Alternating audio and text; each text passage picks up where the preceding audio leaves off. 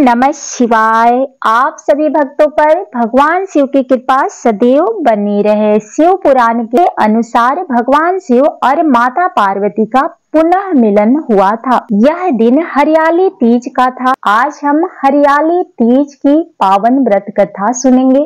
जो भक्ति और भाव से, श्रद्धा भाव से कथा का श्रवण करते हैं, सुनने और सुनाने वाले सभी भक्तों पर भगवान शिव की कृपा सदैव बनी रहे।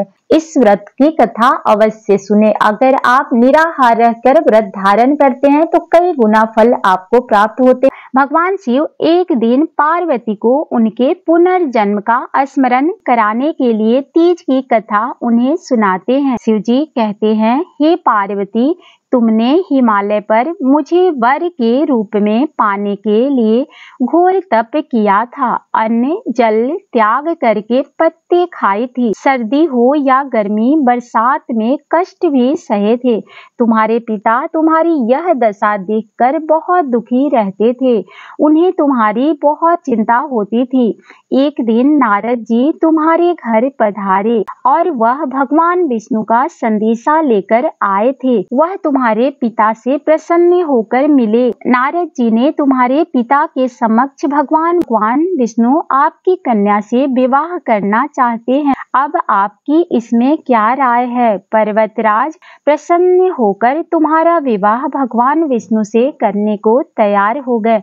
नारद जी ने विष्णु जी को यह शुभ समाचार सुना दिया। जब तुम्हें यह पता चला तो तुम्हें बहुत दुख हुआ। तुम मन ही मन मुझे पति के रूप में मान चुकी थी और अपनी सहेली को तुमने ये सारी बातें बताई। तुम्हारी सहेली ने तुम्हें ऐसे घने वन में छुपा दिया जहाँ तुम्हारे पिता नहीं पहुँच सकते थे। वहाँ तुम तप करने लगी। तुम्हारे लुप्त होने से पिता अधिक चिंतित होकर सोचने लगे, यदि इस बीच भगवान विष्णु बारात लेकर आ गए तो मैं उन्हें क्या जवाब दूंगा। शिवजी ने आगे पार्वती से कहा कि तुम्हारे पिता ने तुम्हारी खोज में धरती और पाताल एक कर दिया था, पर तुम उन्हें नहीं मिली।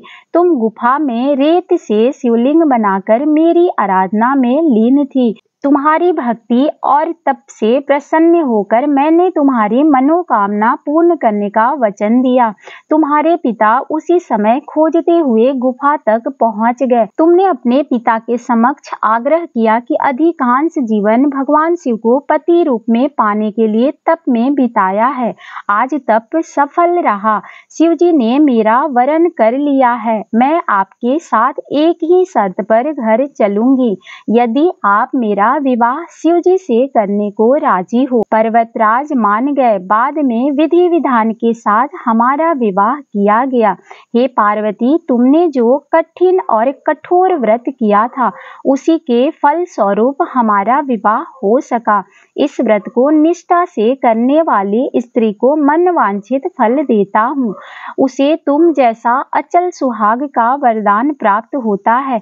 मन चाहे वर के लिए अगर हरियाली तीज का व्रत किया जाए तो उनका सौभाग्य अखंड बना रहता है। सावन महीने के शुक्ल पक्ष तृतीया तिथि को हरियाली तीज के नाम से जाना जाता है। सुहाग और सौभाग्य की प्राप्ति होती है। सावन महीने में तृतीया तिथि को 100 वर्ष की तपस्या के बाद देवी पार्वती ने भगवान शिव को पति के रूप में पाने का वरदान प्राप्त किया था। तो इस प्रकार से हरियाली तीज के दिन वैवाहिक स्त्री अपने पति की दीर्घायु के लिए व्रत रखती है। प्रेम से बोलिए हरे हरे महादेव की जय। जो भी कथा सुनते हैं और दूसरे को सुनाते हैं उनके ऊपर भगवान शिव की कृपा सदैव बनी रहती है। नमस्कार।